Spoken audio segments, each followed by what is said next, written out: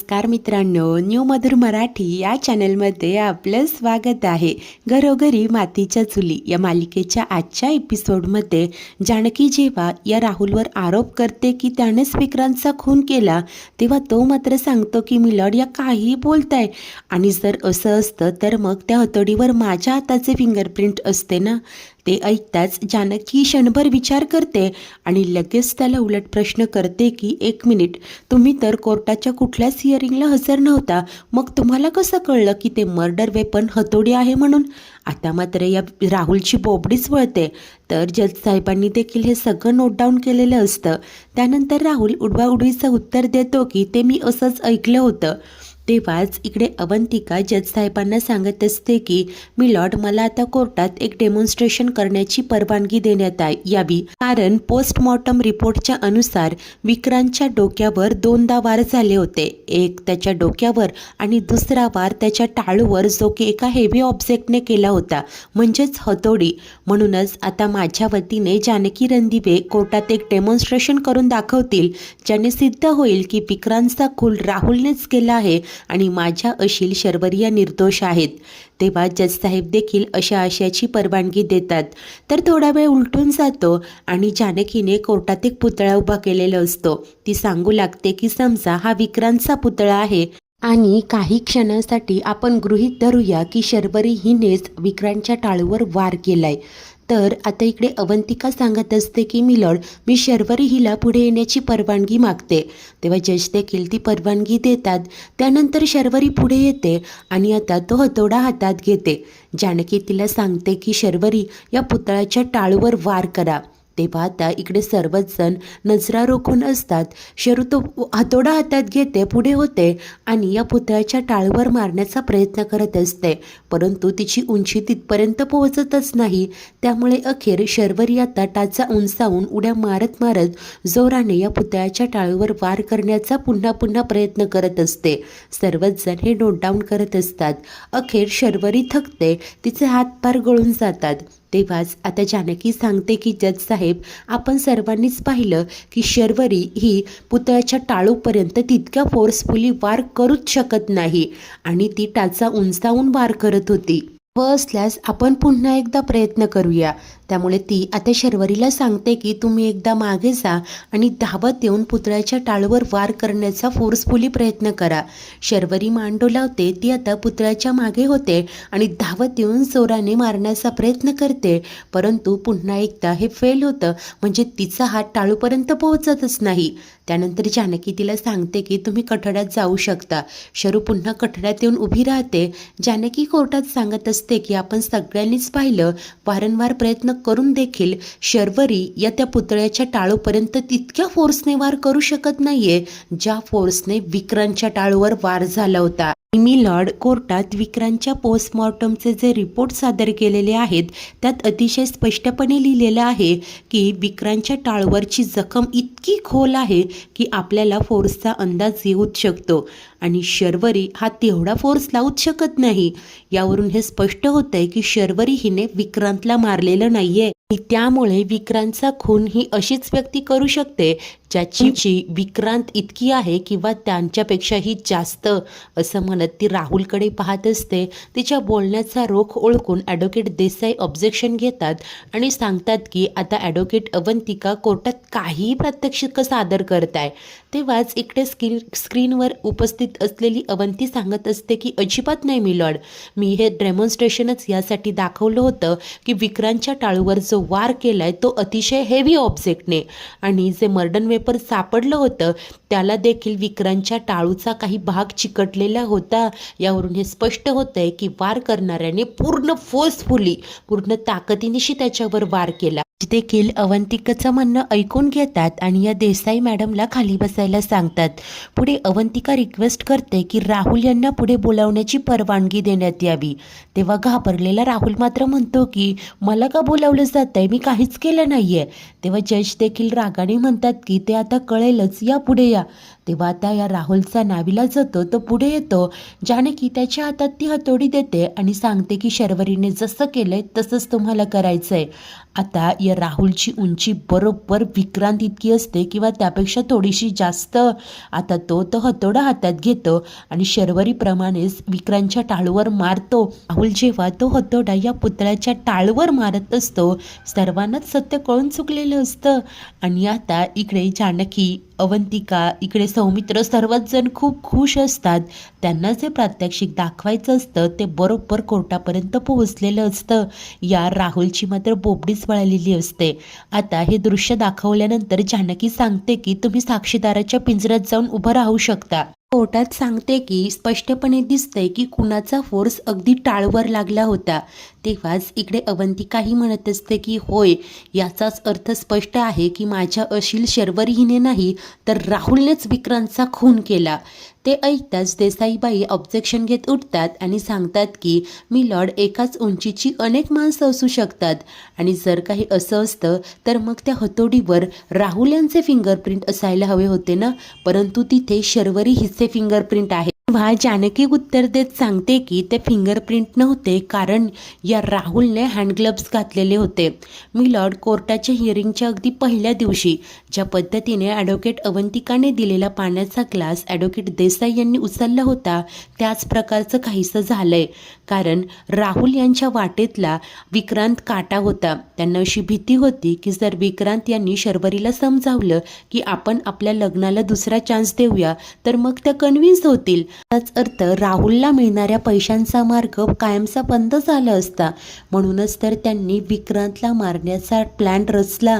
त्यांनी शर्वरीच्याही नकळतपणे तिच्या हातांचे ठसे त्या हतोडीवर घेतले. त्यांनी शर्वरी हिच्याकडे हतोडी मागितली. तिने देखील अगदी सहजपणे ती हतोडी दिली, परंतु घेताना मात्र या राहुलने हातात हँडग्लव्स घातलेले होते. एवढंच नाही, विक्रांतचा खून करताना देखील त्यांनी हातात हँडग्लव्स घातलेले होते. म्हणूनच तर त्या हतोडीवर त्यांच्या नाही तर शर्वरीच्या हातांचे ठसे आहेत. पुढे त्यांना हेही ठाऊक होतं की विक्रांतच्या घरचे त्याचा शोध घेतील. म्हणूनच तर ती डेड बॉडी तिथे पुरली आणि स्मार्टली मर्डर वेपन देखील तिथेच सोडलं. अतिशय स्मार्टली त्यांनी शर्वरी हिला या सगळ्यात अडकवलंय, कारण त्यांना माहिती होतं की विक्रांतचा खून झाल्यानंतर संशयाची सुई सर्वात आधी शर्वरी हिच्याकडेच जाईल. शर्वरीकडून त्या हतोडीवर हातांचे ठसे घेणं हा देखील त्याचाच प्लॅनचा एक भाग होता. आधी शर्वरीला प्रेमात पाडणं, तिला फसवणं, तिच्याकडून पैसे लुबाडणं, नंतर विक्रांतचा खून करणं, शर्वरीला तिच्याच नवऱ्याच्या खुनाच्या आरोपात अडकवणं हा सगळा राहुलच्या प्लॅनचा भाग होता. आणि या सगळ्यातून स्पष्ट होतंय की विक्रांतचा खून या राहुलनेच केलाय. तेव्हाच अवंतिका देखील सांगत असते की माझी माननीय कोर्टाकडे विनंती आहे की कुटुंब उद्ध्वस्त करणाऱ्या या नराधमाला कठोरातली कठोर शिक्षा देण्यात यावी. जज साहेबांनी सर्व काही ऐकलेलं असतं, परंतु कोर्टाची आत्ताची वेळ संपलेली असते. त्यामुळे आता पुढील कारवाई पुढच्या तारखेला होईल असं ते सांगतात. परंतु ॲडव्होकेट देसाई विनंती करतात की जर का फक्त 15 मिनिटं दिली तर मी माझी आर्ग्युमेंट सादर करू शकते, जेणेकरून निकाल देण्यात मदत होईल. तेव्हा जज देखील ॲडव्होकेट देसाईंना फटकारत म्हणतात की माझ्याकडे काय फक्त ही एकच केस नाही आहे, अजून बऱ्याच केसेस आहेत आणि ऑलरेडी ही सुनवाई सुरू होण्यासाठी उशीर झाला होता. त्यात कोर्टाचा बराचसा वेळ वाया गेला. द कोर्ट इज ॲडजंट असं म्हणत आजची कोर्टाची कारवाई स्थगित झालेली असते. नंतर जज साहेब तिथून निघून जातात. इकडे अवंतिका देखील आता शांत झालेली असते, परंतु जरा अस्वस्थ असते. सौमी तिच्याकडे पाहत असतो तर तेव्हाच इकडे आता शरू या जानकीकडे येते आणि तिचे आभार मानत म्हणते की थँक्यू सो मच. अगं, तू आज जे केलंय ना ते खूप मोठं आहे. मी तुझ्याशी आजवर कितीदा भांडले, तुझ्याशी वाद घातला, परंतु तू मात्र आज जे केलंय ना. तेव्हा आता जानकी सांगते की वंस, अहो आपल्या माणसांना कोणी थँक्यू म्हणतं का? आणि मला खात्री होती ना की तुम्ही निर्दोष आहात, तुम्ही असं काहीही करू शकत नाही. फक्त आता थोडी कळ सोसा. मला खात्री आहे पुढच्या इयरिंगला तुमची निर्दोष मुक्तता होईल. आता हे सगळं इकडे ॲडव्होकेट देसाई मागे उभं राहून ऐकतात आणि त्यानंतर पुढे येत जानकीला म्हणतात की इतक्यात आनंद साजरा करू नका मिसेस रणदिवे. आणि केस आणि लढाई यांचा आनंद संपल्याशिवाय साजरा करायचा नसतो. तेव्हा जानकीही म्हणते की अगदी बरोबर आहे तुमचं ॲडव्होकेट ॲडव्होकेट देसाई. परंतु मी इतक्या आत्मविश्वासाने बोलते कारण सत्य इतक्या सहज हरत नसतं, ते लढतं, भिडतं आणि शेवटी जिंकतं सुद्धा. त्यानंतर ॲडव्होकेट देसाई बोलून दाखवतात की आज जर का जज साहेबांनी मला फक्त 15 मिनटं दिली असती ना, तर मी सिद्ध करून दाखवलं असतं हा खून नक्की कोणी केला आहे. त्यामुळे तोपर्यंत जिंकण्याचा आनंद साजरा करा. हे चेहऱ्यावरचं हसू असंच टिकून ठेवा, कारण चेहऱ्यावरचे रंग उडवायला मला फार आवडतं. भेटूया आता पुढच्या हिअरिंगला, असं बोलून त्या तिथून निघून जातात. आता त्यांचं बोलणं ऐकून शरू आणि सारंगला मात्र टेन्शन येतं, परंतु जानकीला विश्वास असतो. त्यानंतर काही वेळाने हा राहुल देसाई यांच्या केबिनमध्ये असतो आणि त्यांना सांगत असतो की मला तुमचा कॉन्फिडन्स दिसतोय, परंतु मला कोर्टात अडकणार नाही ना. परंतु मी कोर्टात अडकणार नाही हे देखील दिसू द्या. हे बघा देसाई, मी तुम्हाला हवे तितके पैसे देईल, परंतु या प्रकरणातून माझी सुटका करा. कारण तुम्ही जर का दाम दिलंय तर मग काम होणारच. माझ्याकडे असा हुकमी इक्का आहे ना, ज्याने सिद्ध होईल की शर्वरी हिनेच खून केलाय. राहुल विचारतो की तो कोणता. तेव्हा या देसाईबाई सांगत असतात की सरप्राईजची मजा मिस करू नका. नशिबाने आपल्याला लगेचचीच तारीख मिळाली. आता उद्या कोर्टात बघा मजा, असं आता त्या विश्वासाने सांगत असतात.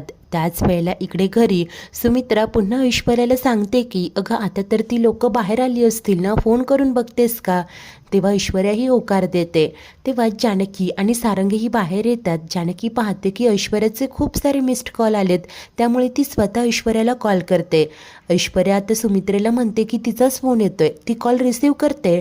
तेव्हा जानकी म्हणते की काय गं, अगं तू खूपदा फोन केले, मी इयरिंगमध्ये होते, फोन सायलेंटवर होता, काय झालंय. तेव्हा ऐश्वर्या सांगते की काही नाही, कोर्टात काय झालं हेच विचारायला मी फोन केला होता. तेव्हा जानकी उत्तर देते की हे बघ, आम्ही आता घरीच येतोय, आपण बोलूया. काय झाले, आई काही विचारत होत्या का. त्यांना असं सांग की आम्ही घरीच येतोय. ऐश्वर्या होकार देते, फोन कट करते. आता इकडे जानकी व सारंग घराकडे निघतातच. तेव्हाच घरी ऐश्वर्या सुमित्रेला सांगते की आई, ती लोक घरीच येत आहे. जानकी म्हणाली की आल्यावर सगळं सांगते. बरं आलेच मी, माझं काम आहे, असं बोलून तू जायला लागणार. तेव्हाच सुमित्रा मात्र पुटपुटते की अवंतिका ही केस लढते, काय माहिती ती शर्वरीला न्याय मिळवून देईल की नाही. आता ऐश्वर्या हे ऐकते आणि आश्चर्यानेच म्हणते की आई, हे काय बोलताय तुम्ही, तुमच्या सुनांवर थोडा तरी विश्वास ठेवा. तेव्हा सुमित्रा म्हणते की अगं, ज्या अवंतिकाने नाना गेल्यानंतर गोडातोडाचं करून खाल्लं तिच्यावर विश्वास ठेवू. तेव्हा ऐश्वर्या तिला आठवण करून देते की आई, अवंतिका प्रेग्नेंट आहे आणि तिने तो शिरा केला नव्हता, तर जानकीने केला होता. कारण अवंतिकाला तेव्हा शिरा खाण्याची इच्छा झाली होती. हे सगळं काही मुद्दाम केलं नव्हतं. आई, ती गोष्ट तुम्ही अजूनही मनात ठेवून आहात. तिकडे जानकी आणि अवंतिका तुमच्या मुलीची निर्दोष मुक्तता व्हावी यासाठी झटताय आणि तुमचा मात्र अवंतिकावर विश्वास नाहीये.